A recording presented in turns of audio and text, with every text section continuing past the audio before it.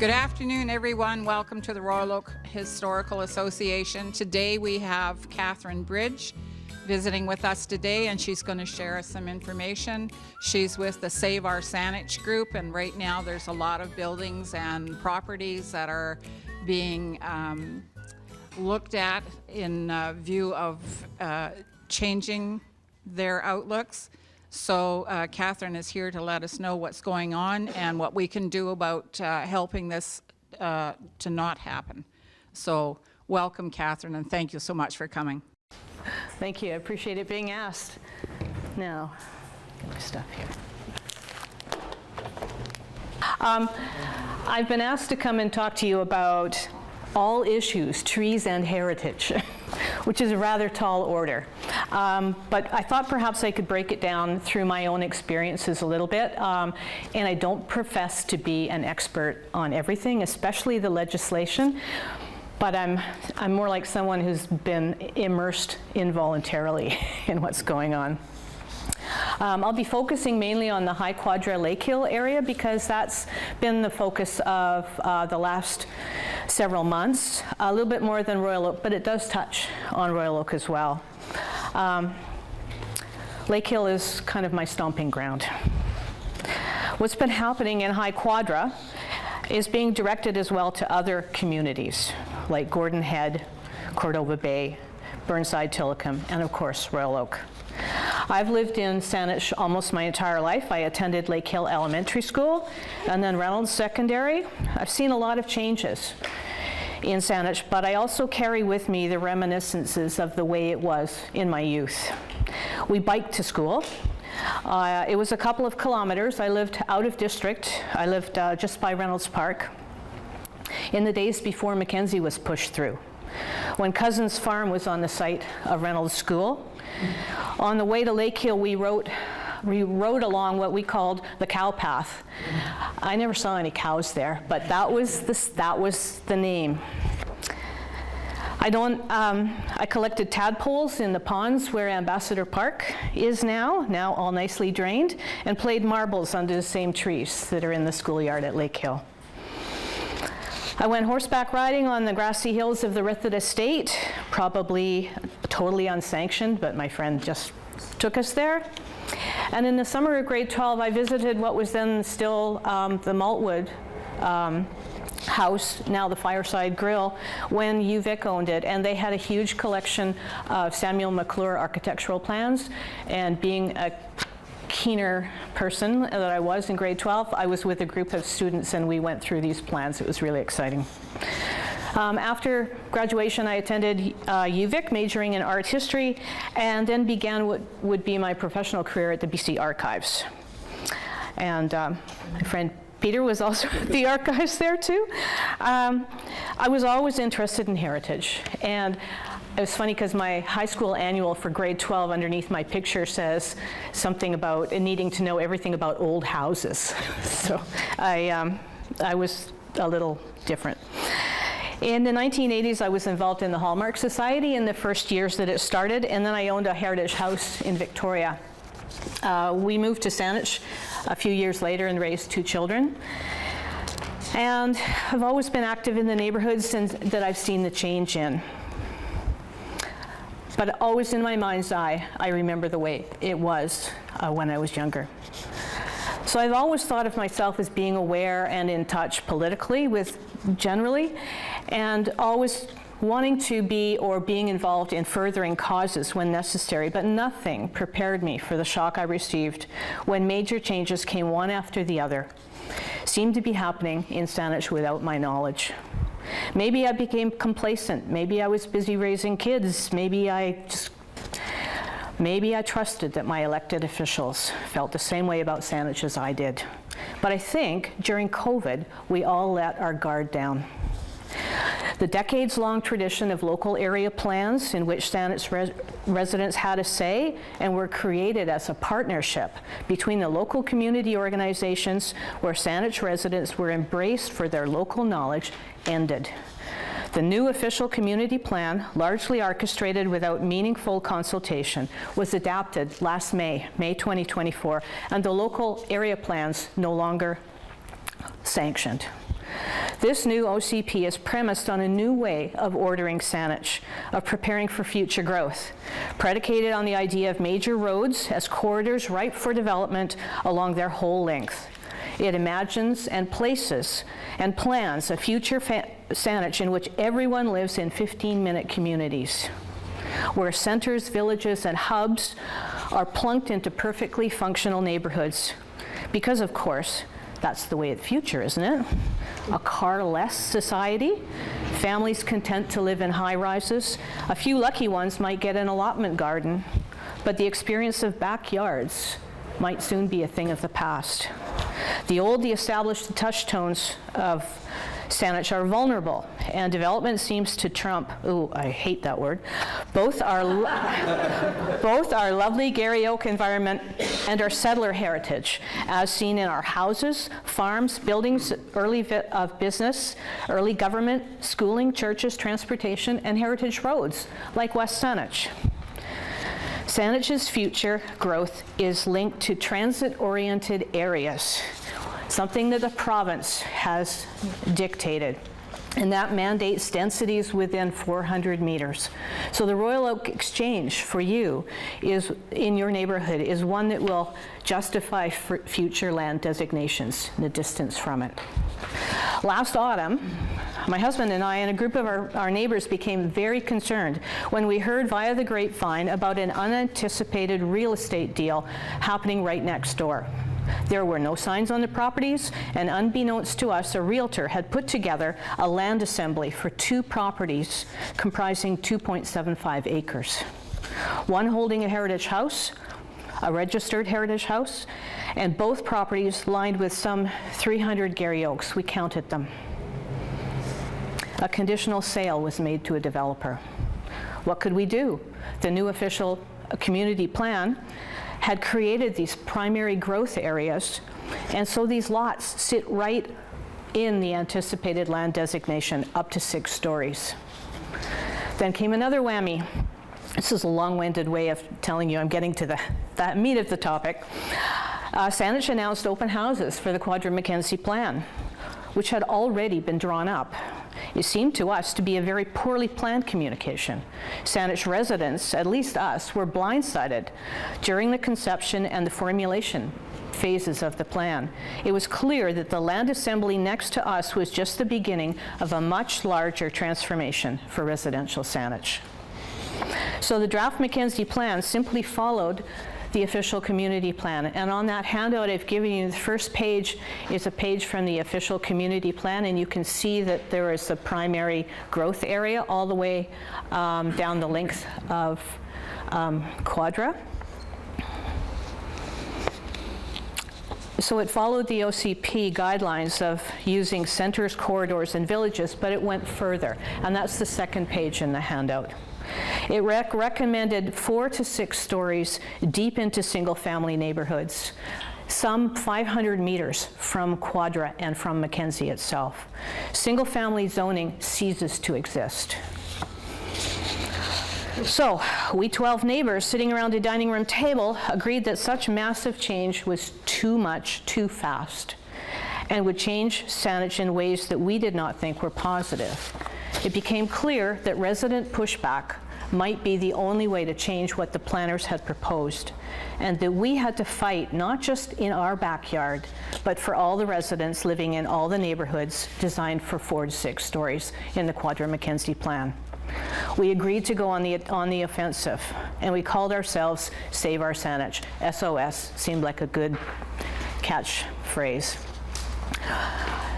So we started making flyers. We knocked on thousands of doors, beginning the first in North Quadra and then expanding, talking with residents who answered the doors, distributing informational flyers. We wrote letters to the mayor and the council members. We created an online petition, a website, and arranged for media interviews, both local and national. We gathered well over 4,000 signatures initially on the petition, which was first presented to Saanich. And the petition that people were signing, and you can still sign it, says, "We understand that some growth must occur. However, growth should not result in the destruction of our homes, our neighborhoods, and the Saanich we love. So we were fighting for all those single-family neighborhoods delineated in the QMP, that's the Quadra Mackenzie Plan, as blue zones, and you'll see the blue coloring on the map as it goes through. We also continue to worry about the loss of Garry Oaks. Generally, that would come with road widening, with building along North Quadra especially, with many hundreds of old-growth Garry Oaks that shade the road. We had the opportunity to confirm what an old-growth Garry Oak is. An oak tree fell on one of the properties around us, and it was about that much in diameter. And we took a slice, and one of the neighbors had one of those special microscopes and counted 153 rings, which just about predates white settlement. So that's old growth, and that was only this big. So you think about those large oak trees you see everywhere. They're phenomenally old. So the oak trees shade the road. They spill down the slopes from Christmas Hill towards Beckwith Park to Cocalls, which is Mount Douglas Park. But when you read the Quadra Mackenzie Plan, all 150 pages of it, there's only really lip service given to the natural environment. It seems, and they keep saying that planting saplings, I call it, wedged between pieces of concrete on the side of the road, is what makes this new urban forest. And if they cut down the original forest and plant twice as many little tiny things, that seems okay. No, it's not. So we also objected to the rationale given that in this plan there are 3 environmentally sensitive areas delineated by crosshatching in blue on these plans. And the 3 environmentally sensitive areas were given special status. Not 6 stories, but 12 stories. And the rationale that we have heard from the planners and council is that if there's a smaller footprint on a building and we allow it to go up so the developers can actually make money on it, we'll be saving all the other trees around it.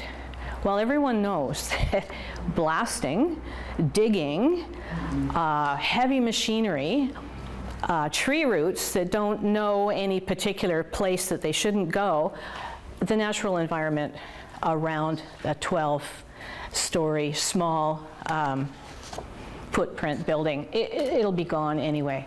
So we've been trying to fight that logic to a certain extent. Our group is worried about tree canopies. We're worried about wild birds, flight patterns, flyways. A 6-story building is higher than most oak trees. So you've got the glass reflection, you've got interruptions in the way birds normally fly, let alone a 12-story.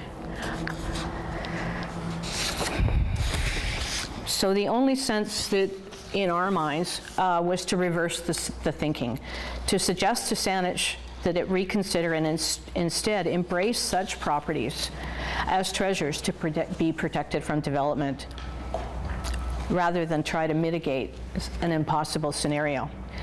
So Rithit's Bog, for instance, although technically not in the Quadra Mackenzie Plan, is also at risk, because in the Quadra Mackenzie Plan is blue all the way along Chatterton. So all those office buildings that are there now that are, what, 3 stories? 6 stories. So you've got shade on the bog, you've got increased human interactions, you've got more opportunities for changing the waterways and the water courses below the ground, which will affect the bog. And they're also planning what they call a Chatterton hub there, which is a commercial area right on the part of Royal Oak that comes next to that big field. Where Chatterton and comes in there. So. Oh, that one that's next to the church. Yep. Yeah. Yep. And there are plans for that, I know. Yeah, in the Quadra Mackenzie plan, they make specific mention of being careful about the big tree that's on the corner. It's the only time in the whole plan they mention any tree, and it's not even a native species. It's just big. So, heritage properties are equally at risk. Some simple comparisons with the QMP map alongside Saanach's own register of heritage buildings, and those are the numbers 3 and 4 in the handout. You've probably got the book here, the Heritage. That's an older version. Yeah, there's, well, it's online, and it's been updated as it's been online, but there are maps that plot the heritage properties on the areas of Saanich, and what I've done is I've looked at those maps compared to the maps in the Quadra Mackenzie plan, and you take a look and almost, I couldn't do this technically, but if you could overlay them completely, you see that most of the heritage structures are all in that primary growth area. They're all going to be zoned, and we keep being told, oh, don't worry, it's not going to happen all at once. It's happening as 6 stories. So the Quadra Mackenzie plan itself, and I counted how many times they used the word heritage. It's 21 times, and it's not really, I think the glossary has a line and a half, but apart from that, it's lip service. It's just in there as a word. But when it is, it's always used with the word incentivize.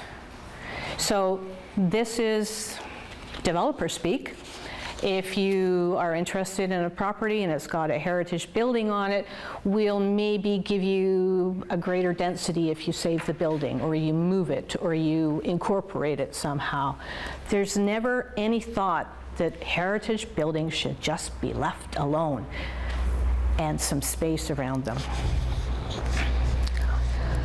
So, I mean, this is one of my hobby horses, and it's probably yours too, that the value of a heritage building is not the actual structure itself. It's the context.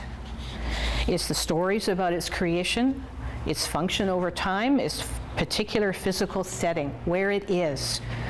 Where it is tells us the history of settler Saanich, of how the land was utilized, the social and cultural interactions of communities that formed and grew, and of individuals and families. And heritage buildings today, we find they're situated along or close to what were the early transportation routes. They demark farms, they indicate gathering spots, early commercial, industrial growth, religious, educational gathering, or early government functions. So removing a heritage structure from its original site generally destroys all those connections. The building becomes, especially if it's moved to some type of heritage park, which has been voiced in Saanich, it becomes, I think, merely a hollow shell. People don't understand why it's protected. So this is the danger, the way our group sees it, the way planners are prioritizing density. There's no exemptions, neither for the environment nor heritage. There's no keeping a heritage structure on its original siting. Ideally, the whole parcel of land with any remaining gardens or landscape outbuildings, etc., seems less valued. And recently, there's been unfortunate compromises, like with the designated George Rogers home on Woodhall, where the house will soon be completely invisible because they managed to have the house or the property subdivided. Well, it wasn't even called subdivided. They've made one property into 3, and they've got roadways on either side, and they've cut down Garry Oak. When nobody's bought them yet, but when they are built, you will no longer be able to see the house. It will be completely hidden. What's the point of having something if you can't see it and the context is completely gone? The other problem is that heritage buildings are much smaller. than the buildings planned in these primary growth areas.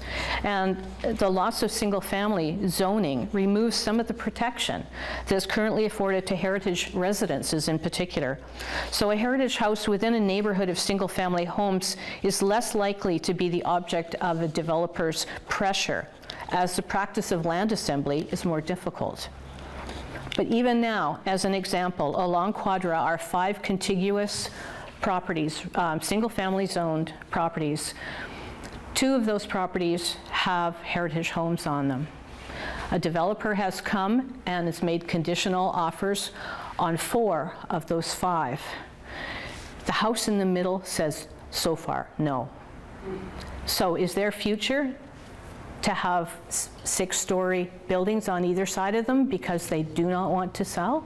That's a squeeze play. It's really ugly. But it's happening. It's not in the future, it's happening now. So it's the thin edge of the wedge. You know, once you get a big, tall building in a neighborhood area, you'll never know when the next one will come. If your neighbor across the street and their neighbor beside them decide to sell because they don't know, the house is too big, it's time to move, a good price has been given, you won't know until the bulldozers start coming, because there's no public hearing, there's no change of zoning, there is no single-family zoning anymore, and all these areas that are blue in the Quadra Mackenzie plan, if they stay, and when the draft is made final, then this can happen. 2 houses across the road could become a 6-story unit.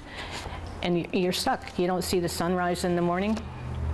You have a whole lot of neighbors on a tiny street that might have more cars parked on it than usual. There's a lot of inconvenience, but it's fundamental change to the way I think a lot of us like to live in Saanich and feel that Saanich is special. So likewise, the non-residential structures lying in the priority development zones are often seen in the way of massive change, of multi-story transformations along these corridors, or they're too small to function as the owner might wish. I worry, and I'm not sure if you know where the North Dairy Pumping Station is. It's located on Quadra at Reynolds Road. It's more popularly known as the Keg, and the building next to it. It was purposely located on the direct line of pipes bringing water from Elk and Beaver Lakes into the city of Victoria. It's there because it functioned as a pump house. If it was moved, nobody would understand that. Well, I don't know if you could move it, but anyway, it's not a big building, and right next to it is the winery that was built in 1927. I don't know about you, but I remember bugging guys taking grapes off the carts and moving them in there to give us grapes after school. They were awful. They were just bitter. And then it backed onto the Saanich Spur. So the rail line came in there, and that was part of how it functioned. And then Borden Mercantile across the street, same thing. The last delivery by train was 1990. I think the tracks are all gone finally too. So these buildings and others, and I know we all know more, tell important stories. But those 3 buildings lie within the primary growth area, but also an area that's called the center core area. And on those plans it's shown as bright red, 18 stories. That's the maximum. Don't worry, it won't happen right away. So I know the buildings on West Saanich Road, just out here, are in jeopardy as well. So Saanich Council has instructed the planning department to make some changes to the QMP. They had a massive protest, not only our petition, but many thousands of emails and letters. And so while we wait, SOS is strategizing. So the last picture in that grouping is the new organization of our Save Our Saanich. We're transitioning to a society. The mandate will now be wider than the fight just focused on the Quadra Mackenzie plan. will be an umbrella organization for community groups like yourselves and others concerned about similar issues in their own neighborhoods, because all the neighborhoods have pressures to densify, pressures that threaten current neighborhoods, put pressure on all the infrastructure, and on the remnant Garry Oak ecosystems and heritage generally. So our new vision statement is broad to cover all aspects of Saanich, and we've been always mindful that we can't just be seen as we're against everything. We have to be for something. So this is part of the wording. We are local residents who advocate and act to enhance and protect Saanich's treasured environments, agricultural lands, and welcoming human-scaled neighborhoods for generations to come. We support housing density that's compatible with existing homes, trees, landscapes, and wildlife. We oppose plans for multi-story buildings where infill, townhouses, multiplexes, and suites are more appropriate. The lessons we learned in our group are also shaping our future responses to the QMP whenever it comes back from the planning department. And I thought some of them might be helpful for your organization or others in Royal Oak as well. So I've kind of listed them out. They're not in any particular order. The absolute necessity of individual residents emailing or writing the mayor and individual councillors and the planning department. Even if it's the same letter, it has to go with those. You can't do a mayor and council one because they never see that. It goes into a binder. So if you have any concerns at all or any questions, please take the time to write. The importance and the clout of media coverage cannot be denied. Anytime we've had anything in the newspaper or on the news, it's been educational for other people, but it also is pressure on Saanich Council and planning. And the value of focusing on specific cases, using your specialty knowledge, and you all have specialty knowledge of Royal Oak, to make counter arguments or provide solutions.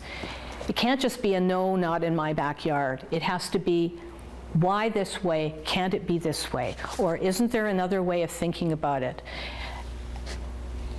So the more voices that generate those kinds of ideas, it will stop, I hope, just this cookie cutter mentality that you just flood a whole area and make it all the same. A lot of the planners, well, some of the planners working for Saanich, they look like they're 12 years old.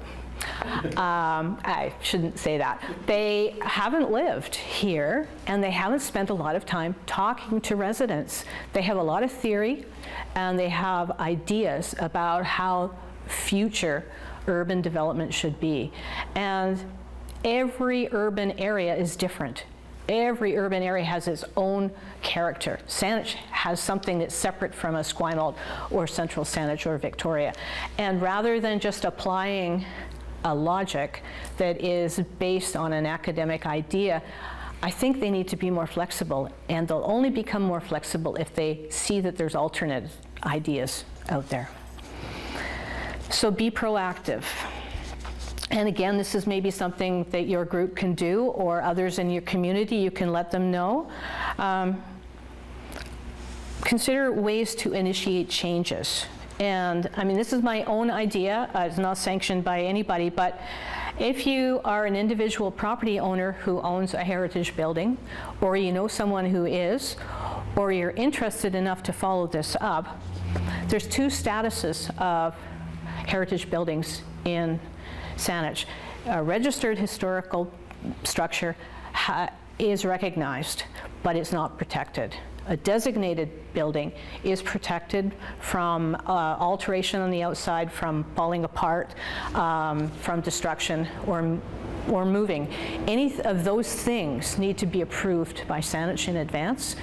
So if there are a number of houses and buildings that are registered but not designated, so if we convince those owners to apply for those buildings to become designated, that makes it harder for a developer to do something. It means they have to persuade council, and council is supposed to be responsive to the public, not to developers. Be vocal. Tell everybody.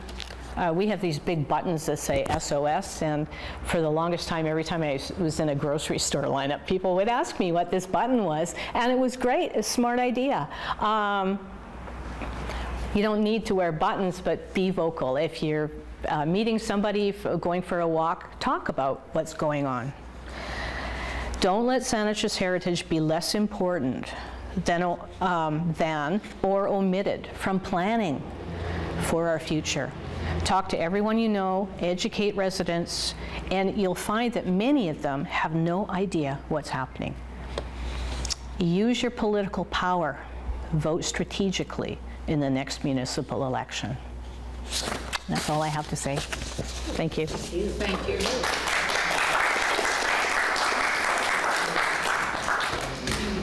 So, do you want to take questions from the floor? I'll take questions. If there's any questions that probably shouldn't be on a TV show, I might ask that they're not.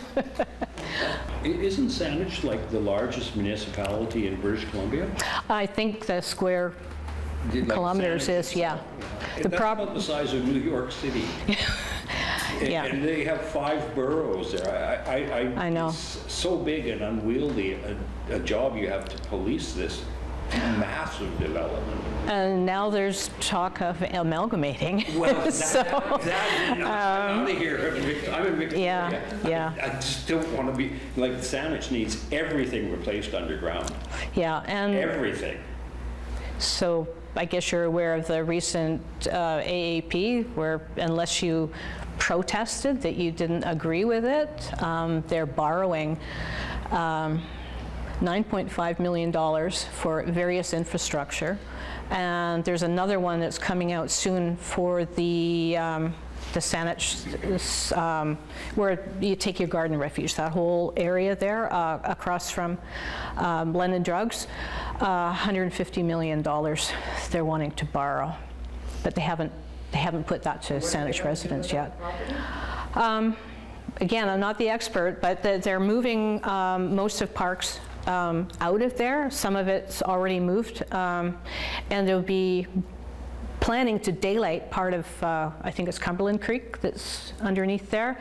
And there's an 2 18-story residential towers planned with a developer, kind of where the entrance is, across from the Monkey Tree. Yeah. So, yeah, you'll be taking your Saanich refuse somewhere else. But it's all peat bog under there, so it's going to be very challenging. Saanich would be better to subdivide into about 5 separate units. Yeah, I know, and then there's the rural Saanich, you know, I mean, we have an urban containment boundary in Saanich, thank goodness, because all of this development isn't so far pushing into that urban containment past the boundary very much.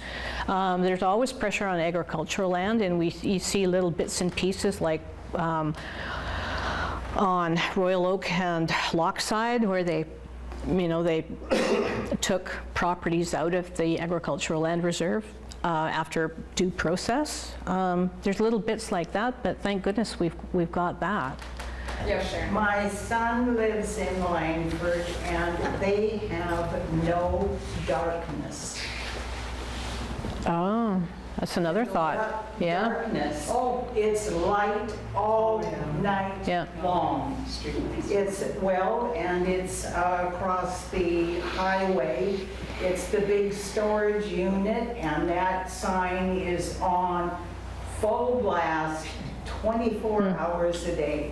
Yeah. So he can't see the stars at night. It's daylight, yeah. and that is not good. Not good for animals, No, plants, my or husband humans. was an astronomer.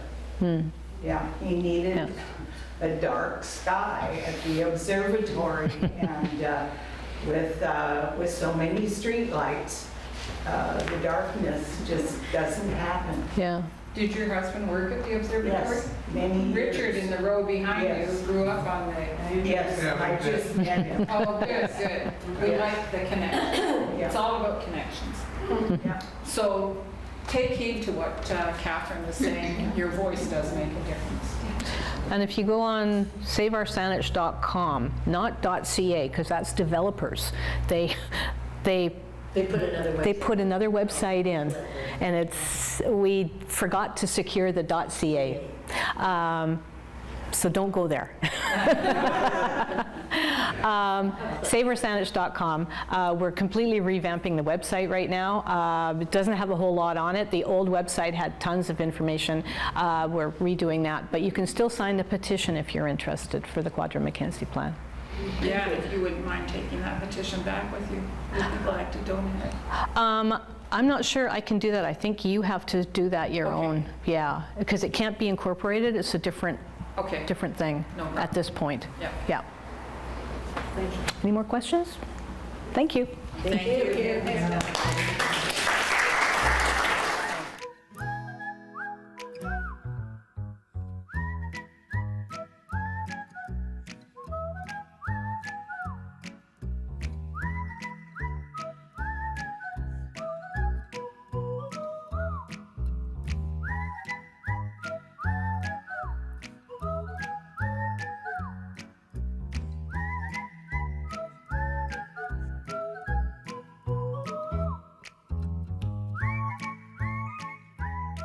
Again, welcome to everybody in the room today. I'm helping Barbara Handyside. She had an operation and of course can't attend. And so my name is Gary Cunningham, and I've been working with this group since it started, along with Enid and Enid Bull. And of course, we've had some members that are still chugging along and able to add some more stuff. And it's all stuff, and we want to get more and more and more, okay?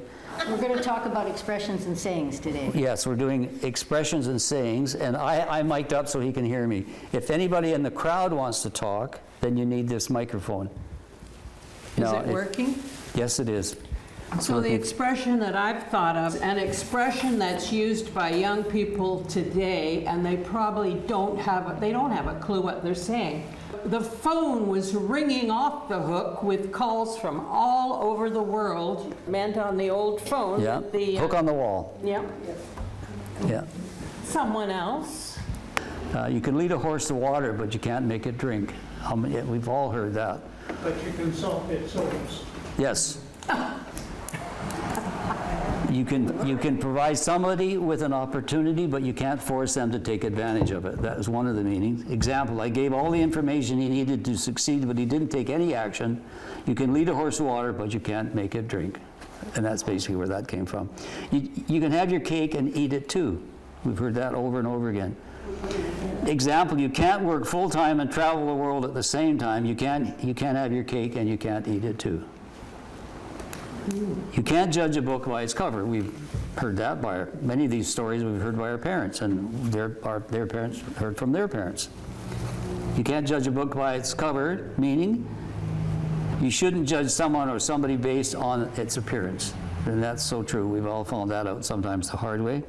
Example, some may seem quite quiet and reserved, but you can't judge a book by its cover. She's actually very outgoing and very friendly. That's what you find out later on. You snooze, you lose. That's another one. Example, I wanted to buy tickets for the concert, but I waited too long and now they're sold out. You snooze, you lose. Your guess is as good as mine. Example, I don't have no idea what the project when it would be finished, but your guess is as good as mine. And we've all been down that path many times. Zero clearance. Our example, our company has a zero tolerance policy for harassment in the workplace. That's something that I would say that's relatively new, because that never happened 30 years ago, 40 years ago. You can't say a thing anymore. You got to be very quiet. You got to choose your words very carefully when you're talking about anybody or making a suggestion. Zip your lip. When you're in a meeting with the boss, just zip your lip and let me do the talking, if that's the boss. That's one you've heard too. Oops. Okay, it's an uphill battle. That's one we've often heard. A difficult task or a situation that requires a lot of effort and persistence to overcome. That's part of an uphill battle. An example of an uphill battle is getting a new business off the ground is always an uphill battle. But with a good plan and hard work, it can be done. And we've been through those as well. Up in the air, meaning, example, our plans for the weekend are still up in the air, but we haven't decided what to do yet. We've always had those. Up the creek, here's one for everybody. Up the creek without a paddle. Now, how many have done that? And you ask that question just for fun, and you go, oh, God, yeah, I've had that happen more. But you don't want to go to the other creek when you get to the Y in the creeks. That's not the good one. But the example of that is if you don't find a solution soon, we'll be up the creek without a paddle. And how did it start? And I haven't been able to find some of these where they come from, but a lot of them came from England. Use your head. Example, use your head and think before you act. And I won't read all that she has, but fly by the seat of your pants. It originated, did everybody remember Wrong Way Corrigan? Yes. Yeah, the term was after he went the wrong way and had to make his own plans to get back home. Where did he fly to? Well, it was Ireland. Ireland, yeah, from U.S. to Ireland, and he went the wrong way. Dressed to the nines. In the 18th century, if you needed a suit and you had to have one made, dressed to the nines refers to the 9 yards of fabric it took to make a suit, including the vest, jacket. Take it with a grain of salt. This phrase wasn't made popular until the 17th century. It was thought that a grain of salt would help with digestion and also could be effective as an antidote for poison. Nowadays, the phrase means avoid taking things literally or approaching with skepticism. Put a sock in it. In old days, gramophones had no volume control, so they would put a sock in it to turn down the volume. Now it means shut up or be quiet. And close but no cigar. Back in the 1800s, you would hear the phrase if you were a loser at the carnival. Common prizes back then were cigars. So a smug carny would use the phrase on you if you were close to winning, but still lost and wouldn't get a prize.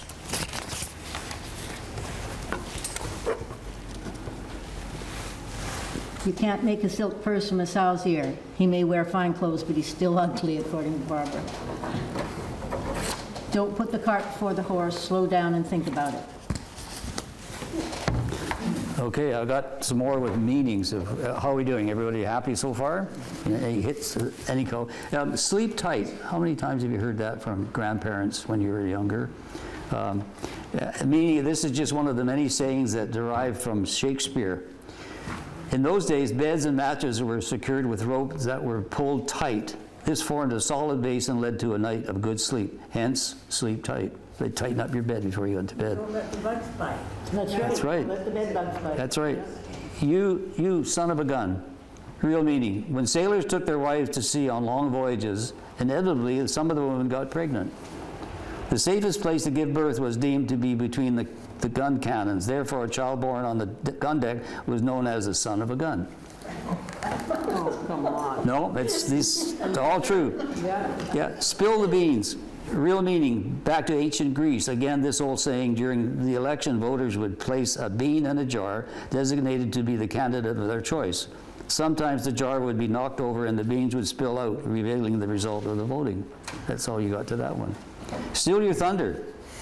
Real meaning, as an old saying goes, this one is most of all liberal I can find. 18th century playwright John Dennis wanted an authentic sound of thunder to give his play more gravity, so he invented a thunder-making machine.